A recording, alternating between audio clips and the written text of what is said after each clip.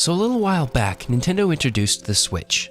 It's a console. No, wait, it's a portable. No, wait, it's a console. No, it's both. And overall, reception seems to be pretty positive. They've been pretty clear with the trailer what problem the device is trying to solve, and it appears to solve that problem pretty well. Sometimes you have reasons to get off your couch and go do stuff, but you can't actually leave your games at home, thus you must take them with you. And also play with your friends or something. On the surface, it seems pretty clear what this is supposed to be. A Wii U successor, delivering on what many had hoped the Wii U would be.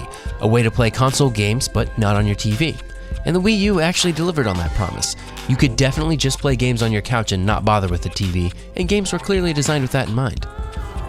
While it's going to make good on the hopes we had for Wii U by being a truly portable system with console capabilities, the Switch isn't actually a Wii U successor at all.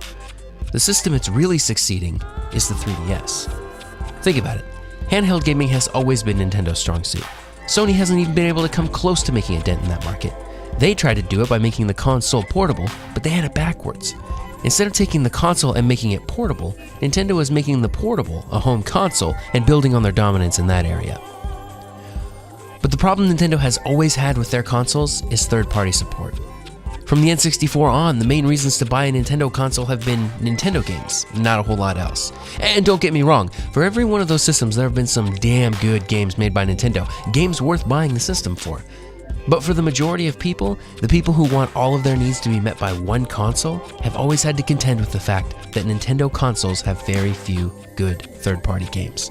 While Nintendo's offerings are great, there are a ton of games that are completely unavailable to their platforms, going back nearly 2 decades. But the 3DS doesn't have that problem. Nintendo's handhelds have always had great third-party support.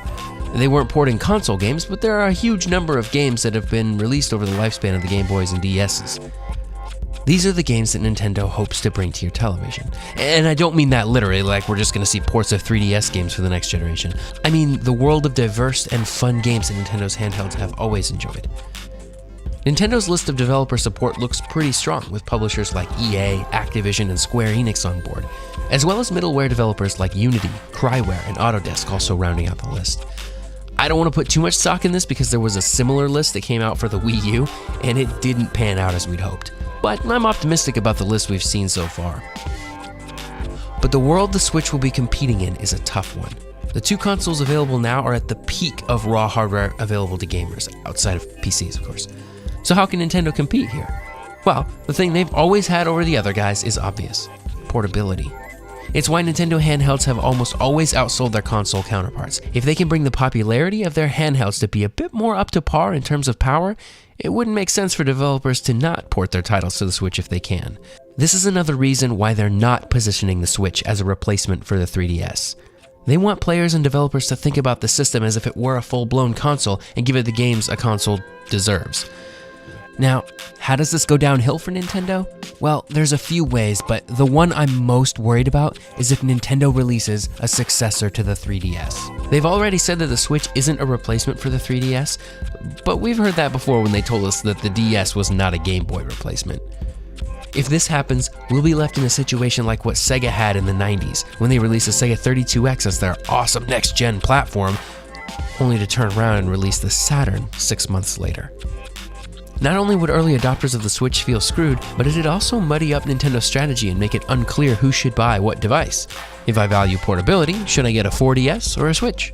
Which one will have better games? Nintendo will be splitting its handheld base and losing tons of trust, so I really hope they don't do this.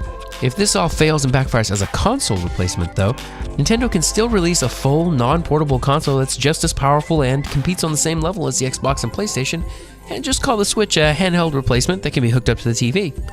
That's a decent backup plan, if it comes to it. I really think Nintendo wants to double down on its dominance in the handheld market and parlay that advantage into a console. In this world, they don't have to compete directly with Microsoft and Sony. They can offer something completely different, but still familiar. Whatever. You know you're buying this thing just for Zelda.